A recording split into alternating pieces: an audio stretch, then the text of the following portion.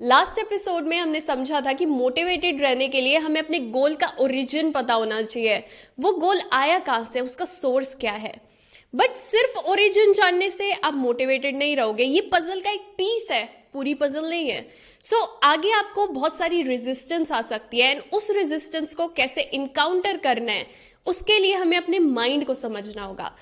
आज हम वैदिक साइकोलॉजी समझेंगे, हम जो ईस्टर्न पर्सपेक्टिव है माइंड का लेके उसको डिस्कस करेंगे। सबसे पहले ये समझते हैं कि वेस्टर्न पर्सपेक्टिव क्या है माइंड पे। जो भी वेस्टर्न अप्रोच आज यूज होती है मॉडर्न साइकोलॉजी में, वो कहाँ से आई। साइकोलॉजी क्या टूल यूज करता है, लोगों की बातों को यूज करता है उनके माइंडसेट को समझने के लिए, उनके दिमाग में एग्जैक्टली क्या चल रहा है। जैसे अगर आप एक थेरेपिस्ट के पास जाओ, वो आपसे बात करेगा आपके चाइल्डहुड में क्या हुआ था, अच्छा पापा ने क्या कहा था, मम्मी ने ऐसे क्यों किया, आपने उस टाइम पे ऐसे बिहेव क्यों किया, बॉयफ्रेंड ने क्या कहा था। वो आपसे बातें निकलवाएगा एंड देन आपके माइंड में क्या चल रहा है वो आपको बताएगा कि आपने इस तरीके से, ये आपका डिफेंस मैकेनिज्म बन गया, ये आपका कोपिंग स्ट्रैटेजी है। आपको वो पूरा आपके बारे में समझाएगा आपकी ही बातों को निकलवा के।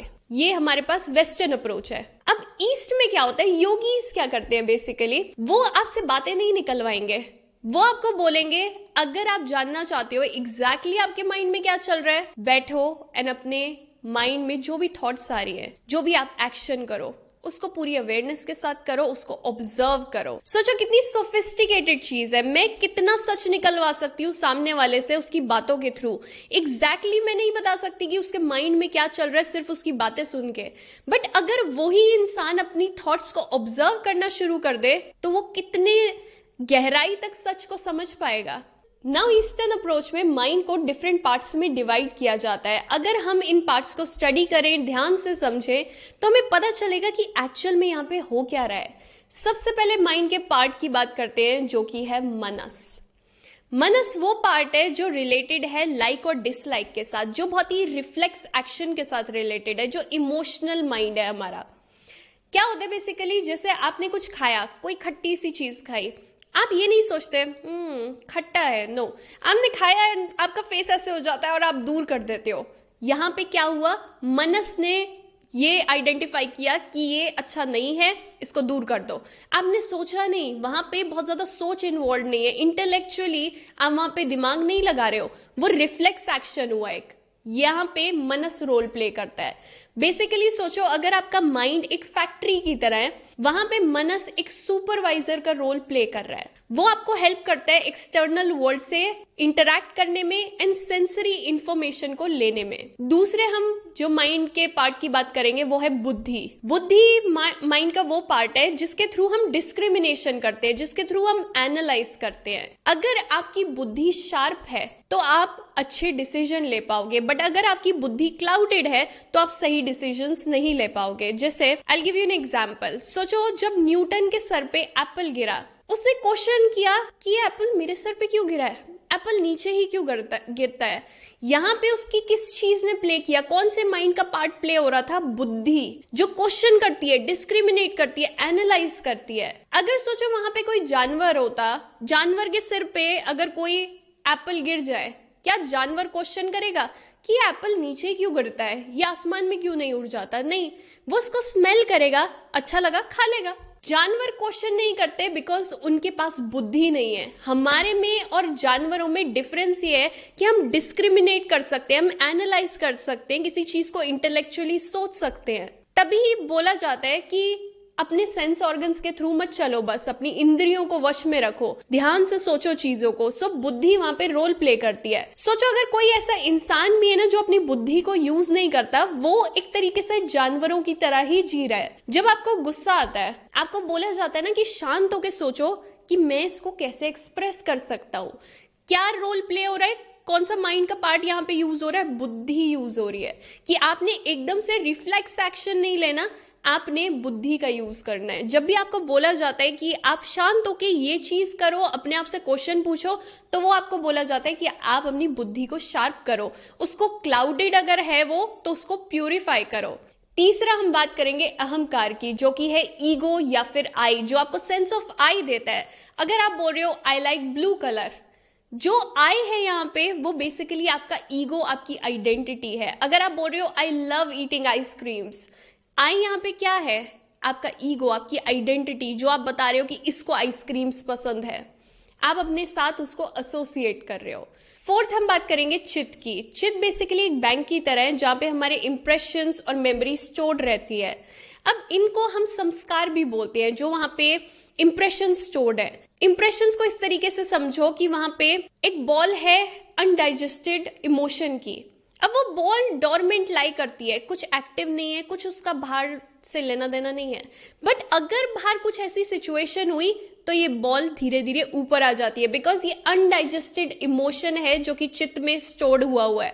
सो इसको और क्लियरली मैं अभी आगे समझाऊंगी एग्जाम्पल्स के थ्रू। सो एक बार फिर से रिवाइज कर लेते हैं। सबसे पहला पार्ट है मनस, जो कि लाइक और डिसलाइक के साथ रिलेटेड है, एक सुपरवाइजर की तरह काम करता है हमारे माइंड में, हमको हेल्प करता है एक्सटर्नल वर्ल्ड के साथ इंटरेक्ट करने में। दूसरा है बुद्धि, जो कि डिस्क्रिमिनेशन में, एनालाइज करने में हेल्प करती है हमारी। तीसरा है चित्त, जहां पे बेसिकली हमारी मेमोरी और इंप्रेशन स्टोर्ड है। एंड फोर्थ है अहंकार, जो कि बेसिकली आइडेंटिटी है हमारी, आई जिसको हम बोलते हैं। एक एग्जाम्पल के थ्रू समझते हैं कि कैसे किसी भी सिचुएशन में हमारे माइंड के ये डिफरेंट पार्ट्स एक्टिव होते हैं। सोचो एक लड़की अपने पापा के साथ वॉक पे गई, वॉक पे वो जा रही थी, बहुत खुश थी, एकदम से उसको एक डॉग दिखा, वो उसके साथ खेलने जाने लगी, डॉग एकदम से उसको देख के बाक करने लग गया और उसके पीछे भागने लग गया। अब वो लड़की रोने लग गई और उसने फटाफट अपने पापा को बोला कि मुझे गोद में उठा लो। वो गोद में चली गई, थोड़ी देर बाद वो ठीक हो गई, रोना बंद हो गया। फिर थोड़े दिन बाद क्या हुआ, वो लड़की फिर से अपने पापा के साथ वॉक पे गई। इस बार वो जा रही थी, उसको सामने बस एक खेलते खेलते डॉग दिखा और वो डॉग को देखते ही रोने लग गई और उसने पापा को फिर से बोला कि मुझे गोद में ले लो। अब यहाँ पे क्या क्या चीज हुई समझते हैं उसको। जैसे ही लड़की जो थी, डॉग उसकी तरफ देख के बाक करने लग गया, उसके पीछे आने लग गया, वो लड़की के अंदर एकदम से क्या हुआ, मनस एक्टिवेट हुआ कि डिसलाइक आई उस डॉग के लिए कि मुझे देख के बाक कर रहा है, ये मुझे काट सकता है। देन उसका एकदम से बुद्धि ऑन हुई कि पापा को बोलती हूँ कि मुझे गोदी में उठा लो। पापा ने गोदी में उठा लिया। अब वो वहां से चली गई, खुश है। बट वो नेक्स्ट टाइम आई तो क्या हुआ, वो दोबारा से जा रही थी, सामने से एक डॉग आया और वो देख के रोने लग गई। बिकॉज उस टाइम पे क्या हुआ, जो उसका चित्त था, वो उसमें जो अनडाइजेस्टिव इमोशन था वो फिर से बाहर आ गया कि पहले ने डॉग ने मेरे पे बात किया था उस दिन, अब ये फिर से बात करेगा, ये मुझे खा सकता है, भले ही इस डॉग ने कुछ नहीं बोला हो।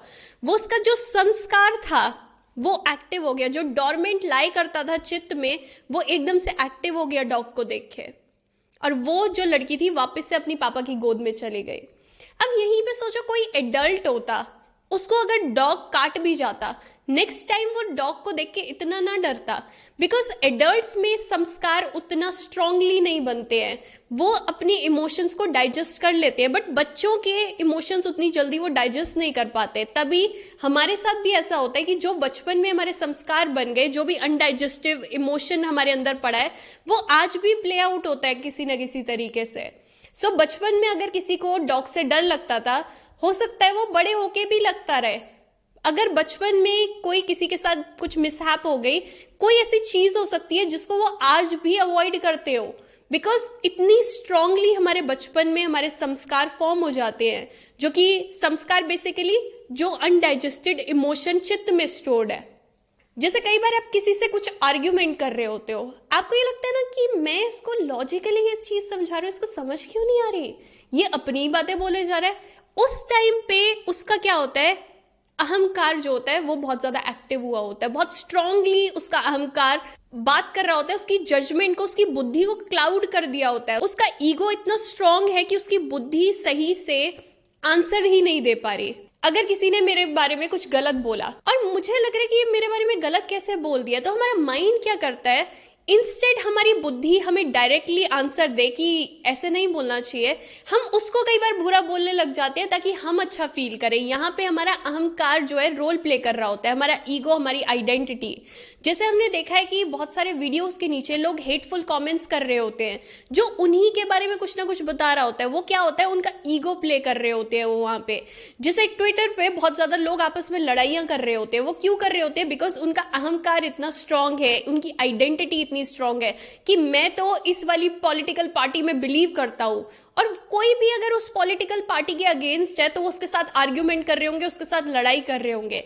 जो आई है कि I believe in this political party, यहां पे आई क्या है, अहंकार है। वो ये नहीं समझते कि दूसरी पार्टी में भी तो कुछ ठीक चीज हो सकती है, हर बात थोड़ी उनकी गलत हो सकती है, तो मैं हर बात गलत क्यों कह रहा हूं। सो जब भी हमारे जो बुद्धि होती है वो क्लाउडेड होती है अहंकार से या कोई संस्कार से, तो हम सही डिसीजन नहीं ले पाते। सही डिसीजन लेने के लिए हमें अपनी बुद्धि को प्यूरिफाई करना होगा। सो हम बेसिकली स्पिरिचुअलिटी में भी, साइकोलॉजी में भी, जो हमारे बाइसेस होते हैं, जो हमारी डिफेंस मैकेनिज्म्स होते हैं, ये हमारी बुद्धि को क्लाउड कर देते हैं, हम सही डिसीजन नहीं ले पाते। बट अगर हम इनको ठीक कर ले, अपनी बुद्धि को प्योरीफाई कर ले, अगर वो क्लाउडेड ना हो अहंकार से, हमारी आइडेंटिटी से जिसको हमने बना रखा है, या फिर हमारी स्टोर्ड मेमोरी से, तो हम मोमेंट में सही डिसीजन ले पाएंगे। नाउ ये चीजें मैंने आपको इसलिए बताई बिकॉज हर एक मोमेंट हम लाइफ में कुछ ना कुछ डिसीजन ले रहे होते हैं। मुझे ये करना है, मुझे वो नहीं करना, मैं अपने बारे में ऐसा सोचता हूँ, मुझे ये चाहिए, मेरा ये प्लान है। किसी भी प्लान को फॉलो करने के लिए हमें पता होना चाहिए कि कब एक्चुअल में हम अपनी बुद्धि से डिसीजन ले रहे हैं या कब हमारी बुद्धि क्लाउडेड हो गई है, हम गलत डिसीजन ले रहे हैं। लास्टली मैं आपको 3 सिंपल एक्सरसाइजेस दूंगी जो आप कर सकते हो ताकि आपको समझ आए आपका किसी भी सिचुएशन में कौन सा माइंड एक्टिव है और आप क्या सही डिसीजन ले रहे हो या फिर नहीं। सबसे पहला, अगर आप किसी भी चीज में बिलीव करते हो, आपको कोई चीज चाहिए, अपने मन में ये मत सोचो I want this, I believe in this, बोलो इट वॉन्ट्स दिस, इसको ये चाहिए। जब आप बोल देते हो ना इसको चाहिए, तो आप अपनी आइडेंटिटी जो आपने अपने मन में बना रखी है, आप उससे दूर होते हो, आप क्लियरली सोच पाते हो। अगर मैं बोलूं कि मुझे I am craving for ice cream, मैं ये बोलूंगी I am craving for ice cream, बहुत जल्दी मैं आइसक्रीम खा लूंगी या मैं ऑर्डर कर दूंगी। बट अगर मैं बोलूं ये क्रेव कर रही है आइसक्रीम के लिए, तो मेरे लिए होगा अच्छा मेरा मन कर रहा है आइसक्रीम खाने का, मुझे समझने में देर लगेगी क्योंकि मैंने दूरी बना ली उस चीज को और मैं उसको दूरी से देख पाऊंगी। मैं एकदम से एक्शन नहीं लूंगी कि आइसक्रीम खा लेती हूँ या फटाफट ऑर्डर कर लेती हूँ। सो हमें दूरी बनाने के लिए आई से नहीं अपने मन में बोलना है कि शी, ही, इट, ये यूज करना है। तो इससे आपको और क्लैरिटी आएगी कि कहाँ पे आपकी जो आइडेंटिटी है बहुत स्ट्रांग है और उससे आपको दूर होना चाहिए। दूसरा, जो भी सिचुएशन आपको ट्रिगर करती है उसमें शांत होकर सोचो कि इस चीज ने मुझे ट्रिगर क्यों किया। क्योंकि बहुत बार जो हमारे संस्कार होते हैं, जो अनडाइजेस्टेड इमोशन है हमारे अंदर, वो तब एक्टिव होता है जब सामने कुछ ना कुछ होता है। जैसे अगर कोई इंसान है वो वैसे बहुत ज्यादा कॉन्फिडेंट है, बट जब उसका बॉस सामने आता है तो वो उस टाइम पे डरने लग जाता है। सो उसको समझना चाहिए कि ये ऐसा क्यों हो रहा है मेरे साथ, मैं ऐसा क्यों करता हूं। उसको वहां पे देखना चाहिए कि क्या चीज उसको अफेक्ट कर रही है। अगर कोई, आप किसी पर्सन को ऑनलाइन देखते हो और वो आपको बहुत ट्रिगर कर देता है, आपको उसको देखते ही गुस्सा आता है कि यार ये ऐसे क्यों बोल रहा है, ये ऐसे क्यों बोल रही है, अपने आप से क्वेश्चन करो कि क्यों मैं ट्रिगर हो रहा हूं, क्या यहाँ पे रीजन है ट्रिगर होने का। बिकॉज अगर कोई चीज ट्रिगर कर रही है तो वो दूसरे वाले के बारे में नहीं बता रही, वो आपके बारे में बता रही है कि कुछ चीज है जो यहाँ पे एक्टिव हुई है, जो अभी तक डॉर्मेंट लाई करती थी। तो आपको पता चलेगा कि एक्चुअल में क्या चीजें हैं जो आपके अनकॉन्शियस है, जिनसे आप अवेयर भी नहीं हो, उनको लेके आप कॉन्शियस हो पाओगे। तीसरी चीज, पेन और प्लेजर को डाइसेक्ट करो। जब भी आप प्लेजर ले रहे हो, बस उसको अंधाधुंध लेने की जगह ना उसको अवेयरनेस के साथ लेने की कोशिश करो। लेट्स से आप कोई फ्रूट खा रहे हो जो बहुत टेस्टी है, उसको अंधाधुंध खाने की जगह एक्सपीरियंस करो। मेरे माउथ में इसके ये फ्लेवर्स गए हैं, पूरे अवेयरनेस के साथ। जैसे अगर आप शार भी ले रहे हो, आप ये कल एक्सरसाइज कर सकते हो, गर्म पानी से नहाने की जगह ठंडे पानी से नहाओ, एकदम कोल्ड वाटर से, एंड एक्सपीरियंस करो कि आपकी बॉडी कैसा फील कर रही है उस टाइम पे। शांत होके देखो कि आपकी बॉडी, अगर आप थोड़ा सा डिटैच हो जाओगे ना उसके साथ, तो आपको लगेगा कि कोई फर्क नहीं पड़ता कि पानी ठंडा है या गर्म है। बिकॉज आपको ये लगेगा कि बॉडी पे लग रहा है बट मुझे नहीं लगा। यू अंडरस्टैंड कि आप एक दूरी बना लेते हो, आपको लग रहा है कि हाँ शरीर पे ठंडा लग रहा है बट कुछ एक्चुअल में है नहीं है। तो आप डाइसेक्ट जब करने लग जाते हो ना पेन को और प्लेजर को, आप उसको बेटर वे में मैनेज कर पाते हो।